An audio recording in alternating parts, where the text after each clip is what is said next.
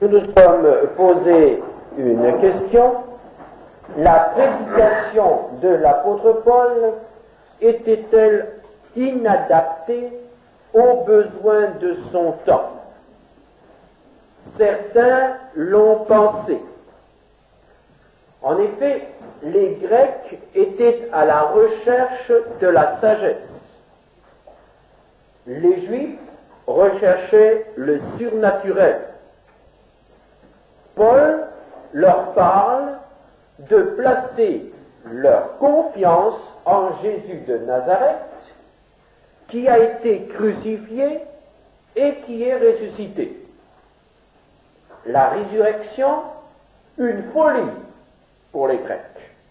La crucifixion, un scandale pour les Juifs. Et malgré tout, Paul reste à cette prédication. Malgré tout, Paul continue à parler de la résurrection et de la crucifixion, scandalisant les Juifs, se faisant tourner en ridicule par les Grecs. Paul ne pouvait pas plus mal tomber avec son message. Et pourtant, des Juifs et des Grecs ont cru. Des Juifs et des Grecs ont été transformés. Des Juifs et des Grecs sont devenus disciples du crucifié et du ressuscité. Des églises sont nées. Partout, l'évangile s'est répandu, manifestant sa puissance, une puissance de vie. Partout, des chrétiens se sont réunis, des églises se sont constituées.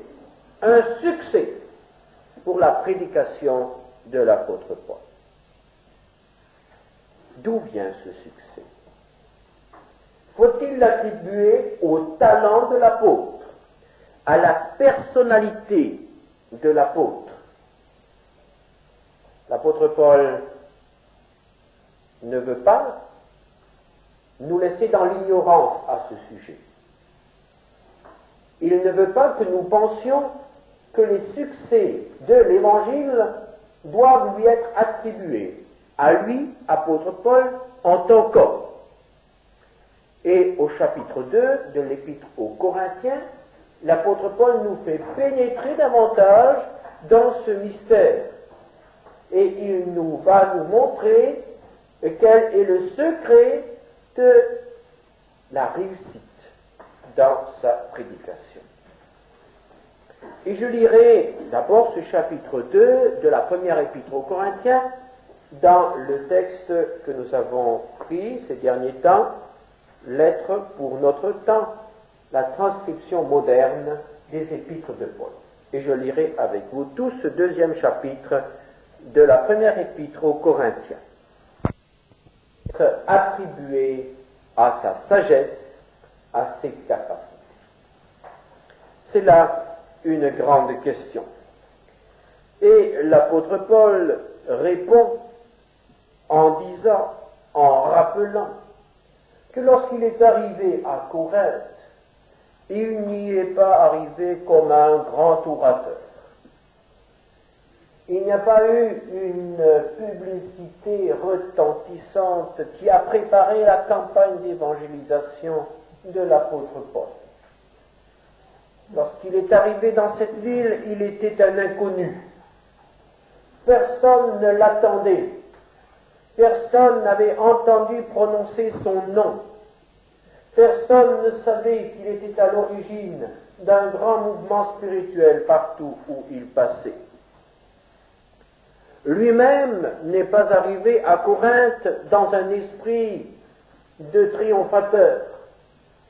Il venait d'essuyer un semi-échec à Athènes. Et nous lisons dans les Actes des Apôtres, au chapitre 18, que lorsqu'il arriva à Corinthe, venant d'Athènes, il était seul, et il fut obligé, très rapidement, de chercher un emploi pour trouver de quoi subsister, pour trouver un logement, de la nourriture. Acte 18, versets 1 à 3. Après cela, Paul partit d'Athènes et se rendit à Corinthe. Il y trouva un juif nommé Aquilas, originaire du Pont, récemment arrivé d'Italie, avec sa femme Priscille, parce que Claude avait ordonné à tous les juifs de sortir de Rome. Il se lia avec eux. Et comme il avait le même métier, il demeura chez eux et y travailla. Ils étaient faiseurs de tentes. Paul était donc seul à Corinthe. Priscille et Aquilas, ses patrons, n'étaient pas des chrétiens, c'étaient des juifs. Et il a certainement commencé à les évangéliser. Ils se sont convertis. Ils sont devenus même ses compagnons de service. Et ils sauront rendre d'utiles services partout où ils iront. À Éphèse d'abord, puis à Rome, où ils pourront retourner. Et Paul était certainement bien préoccupé lorsqu'il se trouvait à Corinthe par cette pensée, comment apporter l'évangile à ces Corinthiens? Comment leur parler du salut à ces hommes qui, d'une part, se glorifient de leur sagesse? Corinthe était une ville de philosophes, une ville de culture, pas autant qu'Athènes, mais quand même très célèbre. Et d'autre part, comme nous l'avons vu, Corinthe était aussi une ville célèbre par sa corruption. D'un côté des sages, de l'autre côté des vicieux, des corrompus. Comment leur apporter le message? Comment leur parler? Comment se faire comprendre? Quel message apporter à ces hommes? Après son échec à Athènes, où il a essayé de parler à des philosophes, l'apôtre Paul était en droit de se poser cette question de tactique, de stratégie missionnaire. Et il est arrivé à une conclusion. Il est arrivé à une résolution. Qu'allait-il prêcher à ces hommes, à ces sages et à ces vicieux? Quel est le message qui peut leur donner quelque chose? Il est arrivé à la conclusion que seul le message de la croix pouvait être efficace, dans cette ville comme ailleurs. Et il a pris cette résolution. Je n'ai pas eu la pensée de savoir parmi vous autre chose que Jésus-Christ et Jésus-Christ crucifié. Il n'a pas fait de concession. Il n'a pas essayé d'employer le langage des philosophes. Il n'a pas essayé d'employer les images de la rhétorique des écoles de la Grèce. Il n'a pas essayé d'arranger, d'embellir son message. Il ne l'a pas poli, il n'a pas choisi des mots poétiques, de beaux mots, mais il a prêché le message de la crucifixion dans toute sa simplicité, dans tout son dépouillement. Il a présenté Christ crucifié comme le seul sauveur des hommes, comme le seul salut possible. Au verset 4, ma parole et ma prédication ne reposaient pas sur les discours persuasifs de la sagesse, mais sur une démonstration d'esprit et de puissance. L'apôtre Paul a voulu être fidèle à l'Évangile, fidèle à ce message qu'il avait reçu de Dieu par révélation. Pourquoi cela? Parce qu'il a reconnu que si du travail spirituel devait être fait, il fallait que le Saint-Esprit ait pleine liberté de faire son travail. L'apôtre Paul a reconnu qu'il ne devait pas être l'avocat de Dieu, il ne devait pas être le représentant de Dieu, il devait être le témoin de Dieu, et c'est tout. Il devait être la bouche de Dieu, un canal qui permettait à Dieu de parler directement à ces hommes et de leur donner le message qui peut les sauver. Et c'est pourquoi l'apôtre Paul a renoncé à s'appuyer sur sa raison ou sur son âme, sur ses sentiments. Il a renoncé à toute l'argumentation de la philosophie de son temps. Il a renoncé à toutes les spéculations du judaïsme de son temps. Il suffit de lire Philon pour voir comment les Juifs de l'époque spéculaient sur toutes sortes de choses dans les Écritures.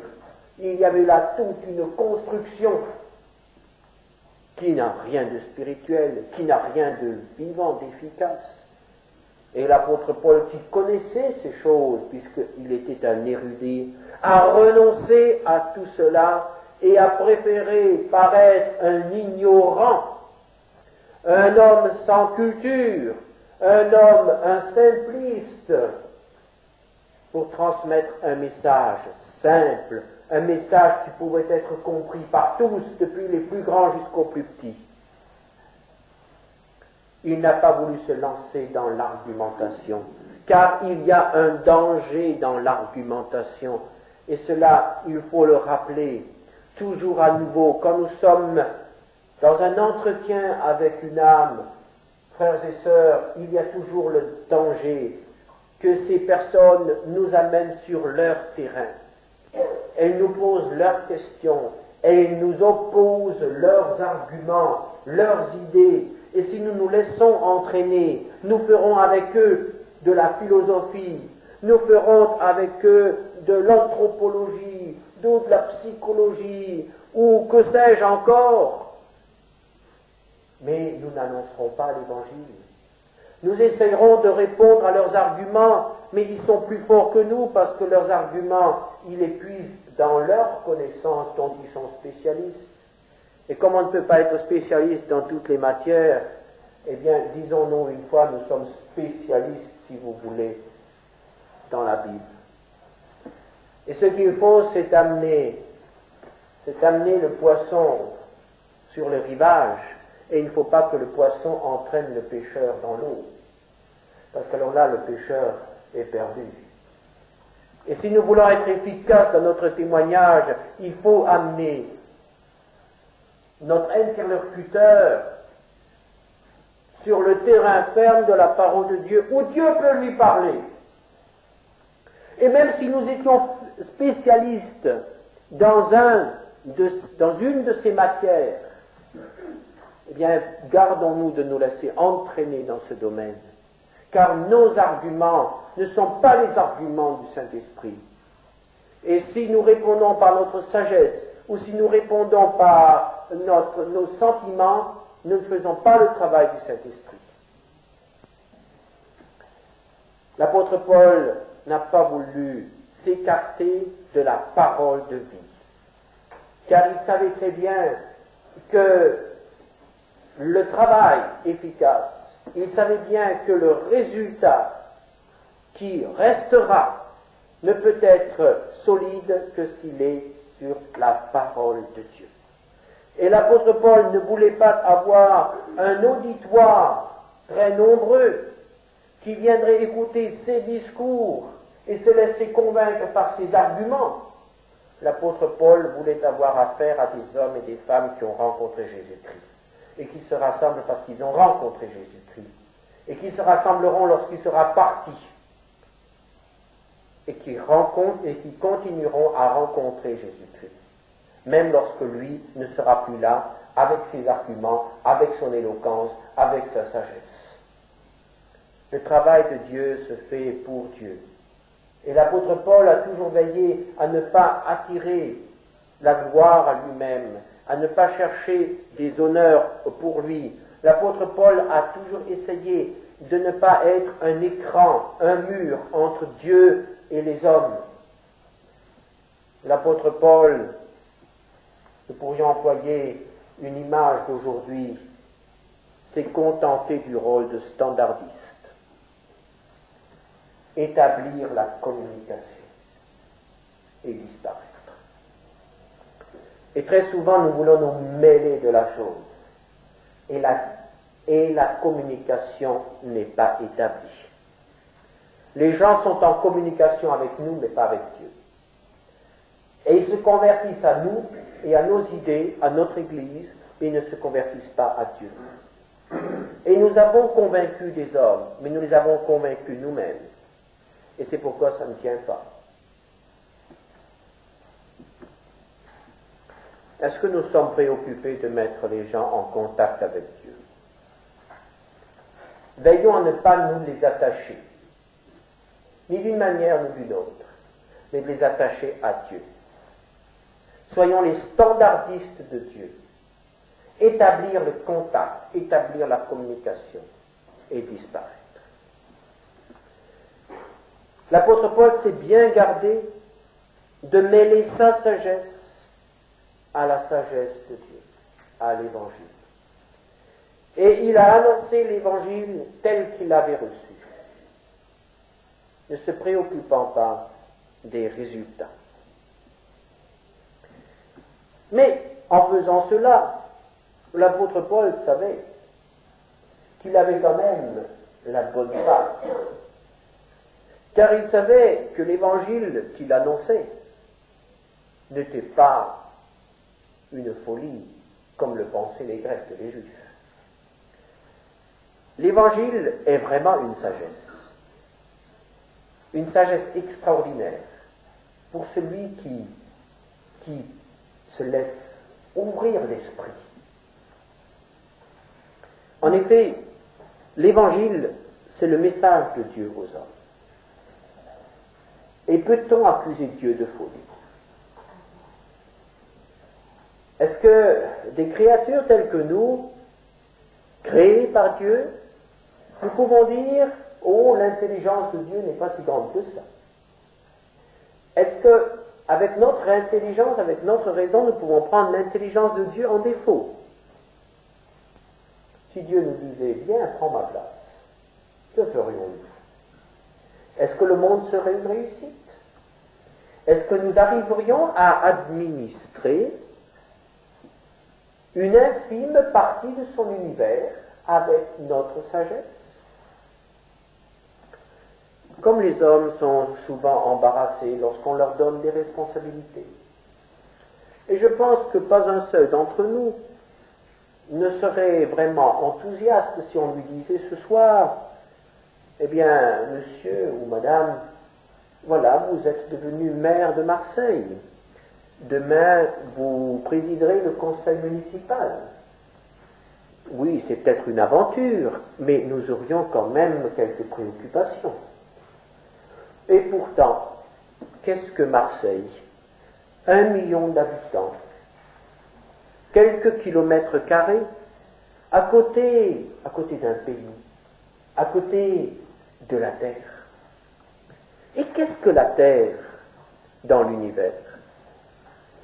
On dit que même tout le système solaire est un grain de sable sur une plage, comparé à l'univers. Il faut des millions de terres pour remplir le soleil. Et notre soleil est une bien petite étoile dans le ciel. Et nous voulons prendre Dieu en défaut, et nous voulons lui enseigner comment il doit diriger l'univers, ou peut-être notre vie, ou l'histoire. Ce Dieu qui a conçu toutes choses, ce Dieu qui a créé toutes choses, pouvons-nous le prendre en défaut? Pouvons-nous l'accuser de folie, de manque de sagesse?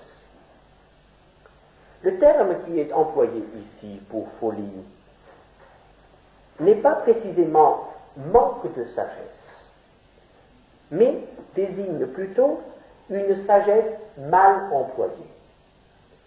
Et les Grecs n'accusaient pas Dieu d'être un insensé, un imbécile.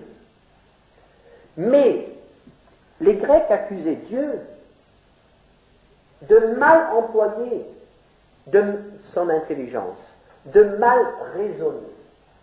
C'est un blasphème. Et pourtant, ils sont allés jusque-là. Pouvons-nous accuser Dieu de mal employer son intelligence? Certainement pas. Il faut tout simplement reconnaître que Dieu a une autre manière de voir, d'agir et de penser que nous. Prenons un texte simplement dans Ésaïe 55, verset 9. Texte bien connu. Le prophète dit, de la part de Dieu, « Autant les cieux sont élevés au-dessus de la terre, » et nous savons mieux aujourd'hui à quelle distance ils sont, ces cieux. Au temps d'Ésaïe, on n'avait aucune idée de cela. « Autant mes voix sont élevées au-dessus de vos voix, et mes pensées au-dessus de vos pensées. » Est-ce que cela est vraiment irrationnel de penser que Dieu est une autre manière de voir les choses et de juger les choses que nous? Est-ce qu'il n'y a pas des exemples sur la terre qui nous montrent que même parmi les hommes, il y a des différences de jugement? Un homme voit les choses différemment qu'une femme. Un jeune voit les choses différemment qu'une personne âgée. Et même entre races, il y a une manière de penser tout à fait différente en Orient qu'en Occident. En Orient, il y a des valeurs tout à fait différentes qu'en Occident. Nous pouvons traiter les Orientaux d'insensés. Eux, ils ne se cachent pas pour nous traiter, nous aussi, d'insensés. Nous avons des manières de faire, des manières de voir tout à fait différentes. Et un oriental réagira d'une certaine manière, alors que nous réagirons tout à fait autrement. Et ils ne sont pas moins sages que nous. Ils sont différents, c'est tout. Alors s'il y a déjà ces différences entre hommes, pourquoi ne pas accepter qu'il y ait une différence fondamentale entre Dieu et nous? Que Dieu soit vraiment différent de nous, tout autre. Bien, c'est ce que l'apôtre Paul essaie de nous faire comprendre. La sagesse de Dieu est tout à fait différente. Les pensées de Dieu sont tout à fait différentes. Et les gens n'y comprennent rien. Et ils l'ont manifesté. Nous voyons ici au verset 6 à 8 que les grands de ce monde n'ont rien compris à la sagesse de Dieu. Eux qui ont la responsabilité de diriger le monde n'ont pas compris l'action de Dieu dans l'histoire. Ils n'ont pas compris que Dieu voulait faire toutes choses nouvelles en employant des moyens nouveaux. L'homme part toujours de ce qui existe et il essaie de transformer. Dieu dit, je fais toutes choses nouvelles. Et il fait toutes choses nouvelles. Et le nouveau système que Dieu voulait introduire était tout à fait différent. Et aucun homme n'aurait pu imaginer ce que Dieu allait faire.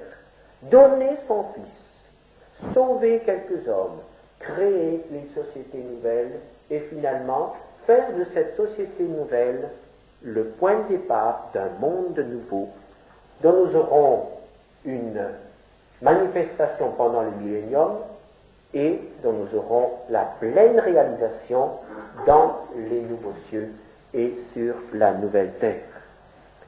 Et les chefs de ce monde, les contemporains de Jésus, n'ont pas reconnu cela, n'ont pas compris cela, et ils ont crucifié celui qui venait faire toutes choses nouvelles. Ils ont crucifié celui qui était la sagesse de Dieu. Les hommes, s'ils avaient été sages, se seraient mis à l'école du sage.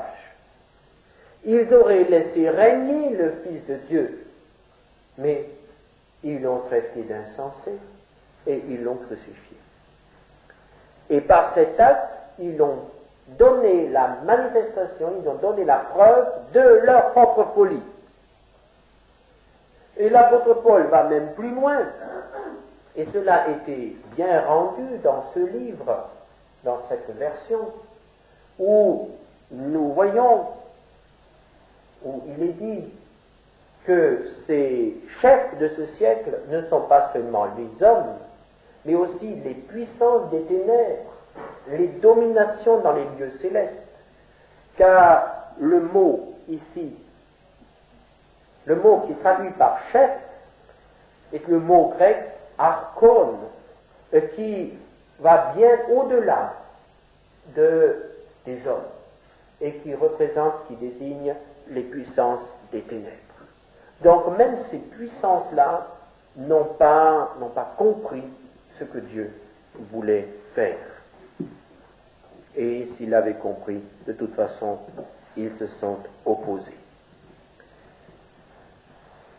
La sagesse de Dieu ne peut pas être comprise par la sagesse des hommes. Pourquoi cela? Et l'apôtre Paul donne la réponse au verset 14. L'homme animal ne reçoit pas les choses de l'Esprit de Dieu, car elles sont une folie pour lui, et il ne peut les connaître, parce que c'est spirituellement qu'on en juge. C'est un des versets les plus importants pour celui qui se demande comment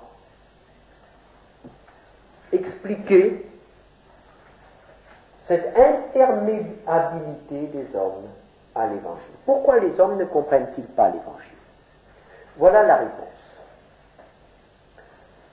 L'homme animal. Et le mot qui est traduit ici par animal, c'est le mot psychique. Il faudrait lire l'homme psychique. L'homme dirigé par son âme, par son intelligence, par ses sentiments, par sa volonté. Nous arrivons à nous habituer maintenant à ces termes, n'est-ce pas? On en parle déjà quelques dimanches. Donc, l'homme normal, l'homme naturel, ne peut pas comprendre les choses de l'esprit, les choses spirituelles. Mais pourquoi donc? Parce que l'homme psychique est dirigé par son âme. Et l'âme n'est pas l'organe approprié pour recevoir les choses de l'esprit.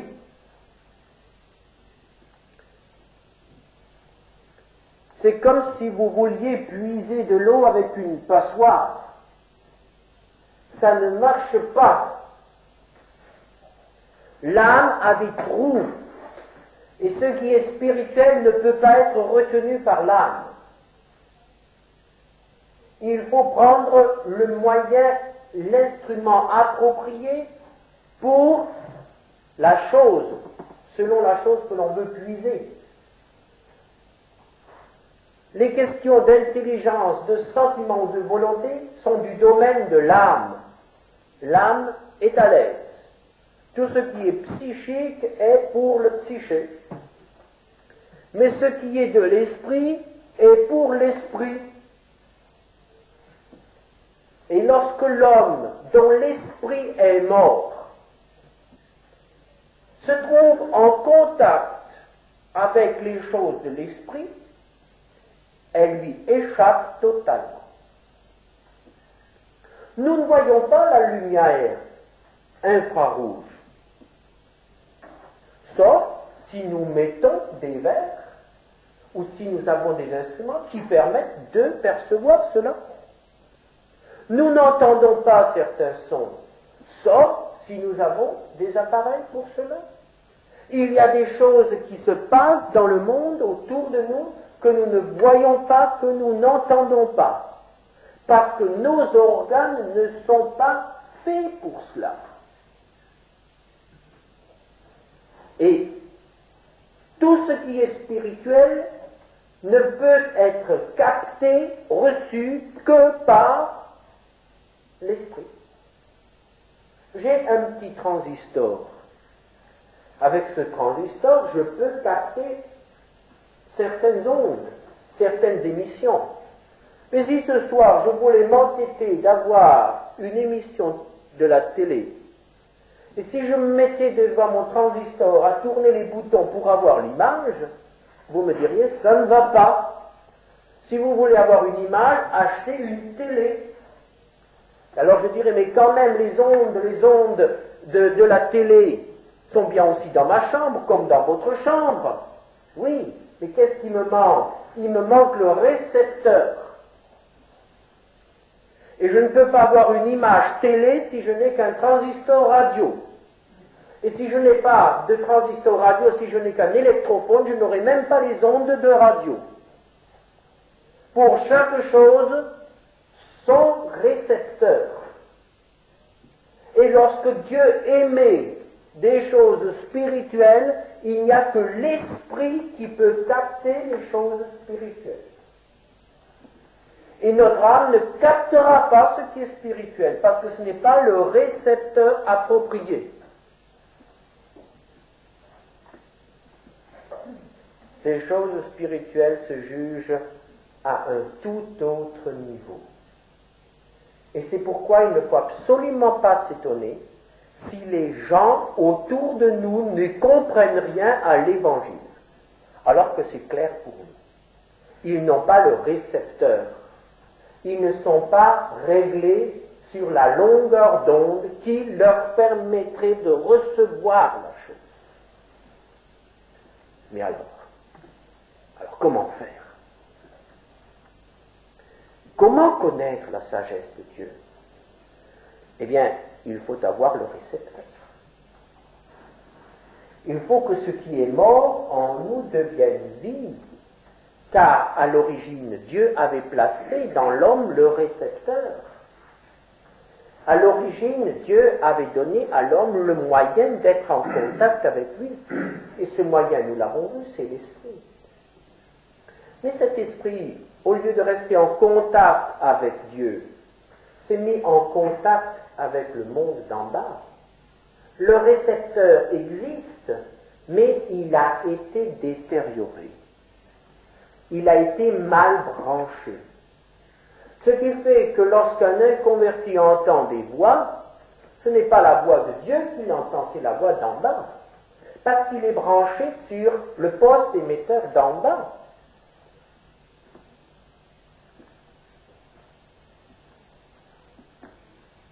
Pour comprendre la sagesse de Dieu, il faut que notre récepteur, notre esprit devienne de nouveau vivant. Il faut que notre esprit soit réglé de nouveau sur le poste émetteur de Dieu. Autrement dit, il faut être à l'intérieur. Au verset 10, Dieu nous les a révélés par l'esprit, car l'esprit sonde tout, même les profondeurs de Dieu. Nous sommes les seuls, dit Paul, à connaître nos pensées. Vous ne savez pas ce que je pense en ce moment, ni quels sont mes mobiles. Et c'est pourquoi nous ne pouvons jamais juger quelqu'un d'une manière tout à fait équitable, parce que nous ne savons pas ce qui s'est passé au fond de son être, dans son cœur, lorsqu'il a commis telle ou telle chose. Et c'est pourquoi Dieu nous dit de ne pas juger, car nous ne savons pas. Nous ne pouvons pas juger les autres. Dieu seul peut juger. Lui connaît tout parfaitement. L'homme seul sait ce qui est en lui, pourquoi il parle et pourquoi il agit. Le Saint-Esprit seul sait pourquoi Dieu parle et pourquoi Dieu agit. Si je veux comprendre quelque chose de l'action de Dieu, il ne faut pas que je cherche l'explication en moi, mais il faut que je cherche l'explication en Dieu. Pour vous comprendre, il faut que vous me parliez. Si quelqu'un vient me voir et reste muet devant moi, je lui dirai au bout d'un certain temps, mon cher frère, ma chère sœur, au revoir. Je ne peux rien vous dire, et je ne peux rien faire, et je ne sais pas pourquoi vous êtes venu, si vous ne dites rien.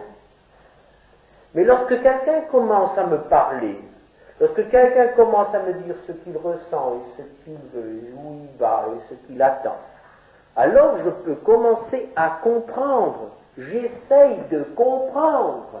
J'essaye d'aider. Je ne peux connaître que si quelqu'un me parle. Et je ne peux connaître Dieu que s'il me parle. Et il a fallu que Dieu se révèle, il a fallu que Dieu parle pour que nous, les hommes, nous puissions le connaître. Et nous ne connaîtrons pas Dieu tant qu'il ne nous parlera pas. Nul ne peut connaître Dieu tant que Dieu ne parle pas. Matthieu 11, verset 25. En ce temps-là, Jésus prit la parole et dit, « Je te loue, Père, Seigneur du ciel et de la terre, de ce que tu as caché ces choses aux sages et aux intelligents, et de ce que tu les as révélées aux enfants. Oui, Père, je te loue de ce que tu l'as voulu ainsi. Toutes choses m'ont été données par mon Père, et personne ne connaît le Fils, si ce n'est le Père. Personne non plus ne connaît le Père, si ce n'est le Fils, et celui à qui le Fils veut le révéler. » Là, nous voyons nettement, nous ne pouvons pas connaître Jésus si Dieu ne nous le révèle pas. Et l'apôtre Paul dira un jour qu'à un certain moment de sa vie, il a plu à Dieu de lui révéler son Fils. Avant cette révélation, Saul de Tarse était persuadé que Jésus de Nazareth était un imposteur, un blasphémateur. Et quand Dieu lui a révélé son Fils, il a été persuadé que Jésus de Nazareth était fils de Dieu. Tout cela n'a été possible que parce que Dieu a parlé. Et si nous sommes là ce soir, si nous connaissons Jésus, c'est seulement parce que Dieu nous a parlé un jour. Car aucun d'entre nous n'aurait été capable d'entrer lui-même en communication avec Dieu, si Dieu n'avait pas en premier établi la communication, ou tout au moins changé quelque chose en nous pour que nous puissions communiquer.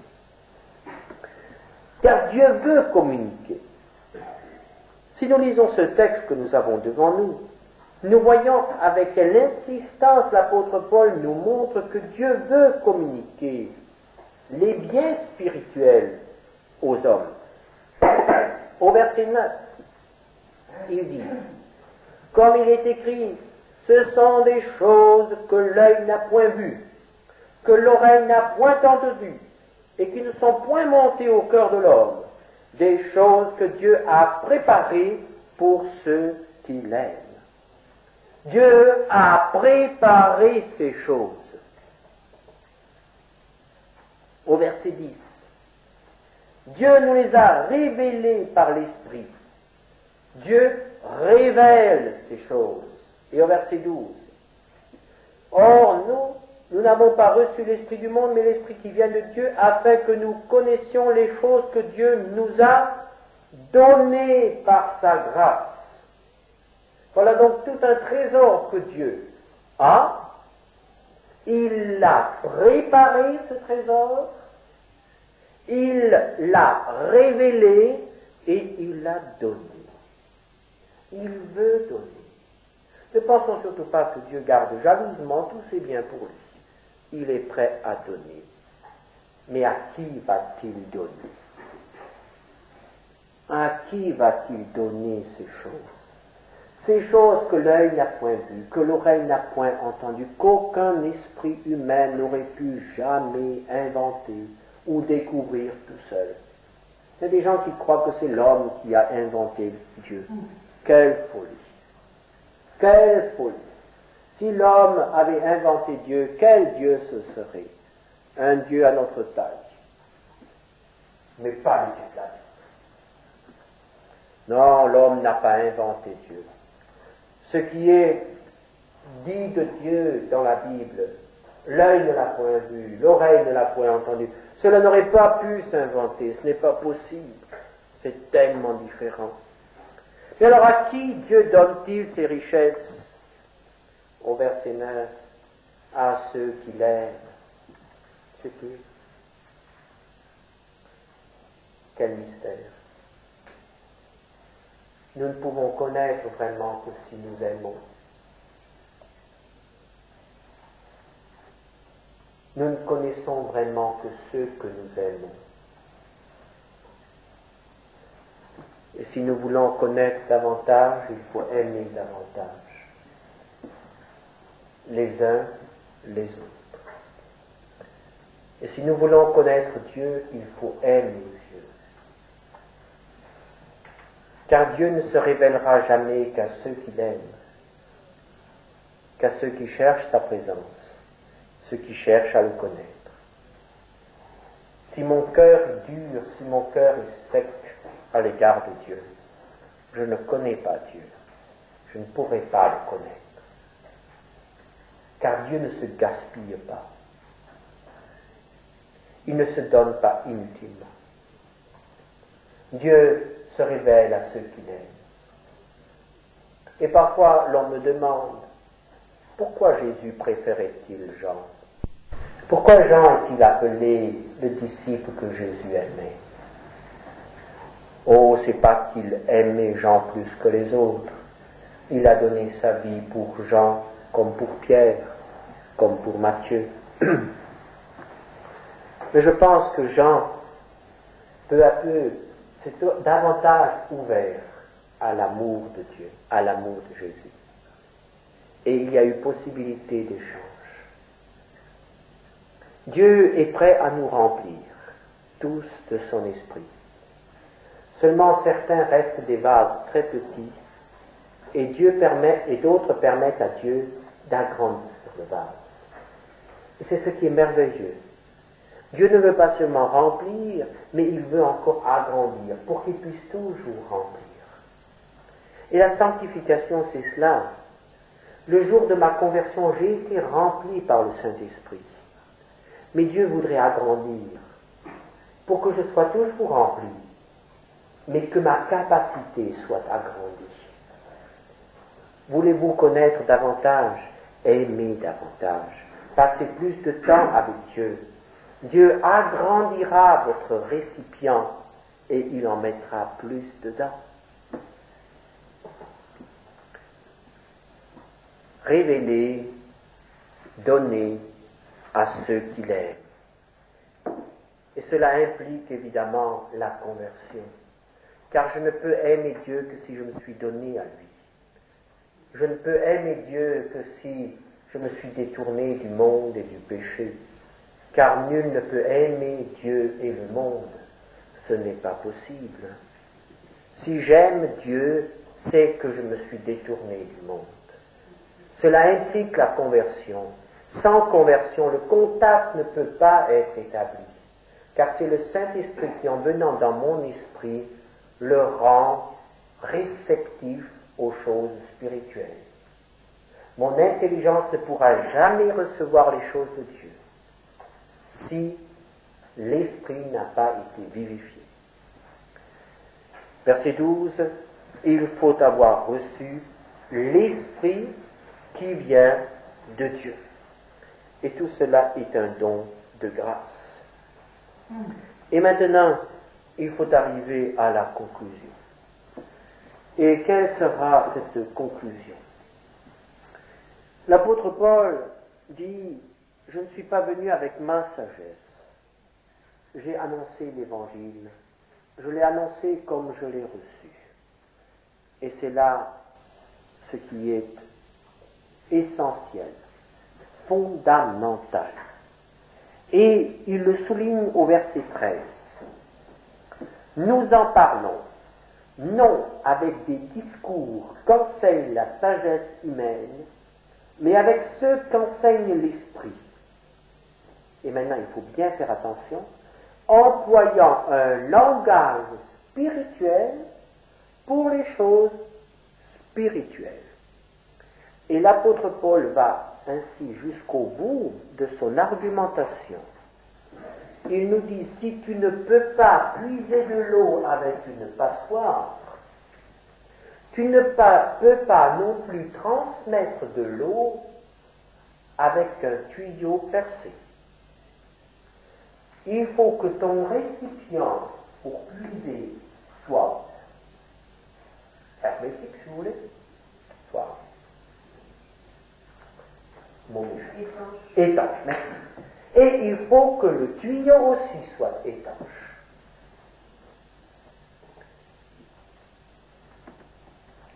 Et c'est là que nous faisons la fête.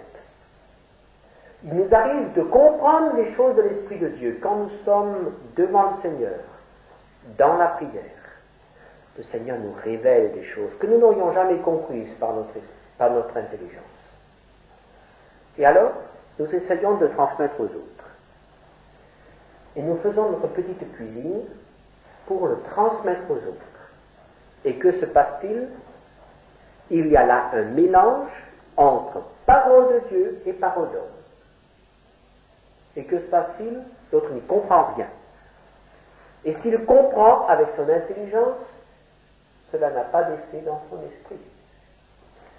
Et l'apôtre et le Seigneur révélaient déjà cela à son peuple. Par exemple, dans Jérémie 23, verset 28,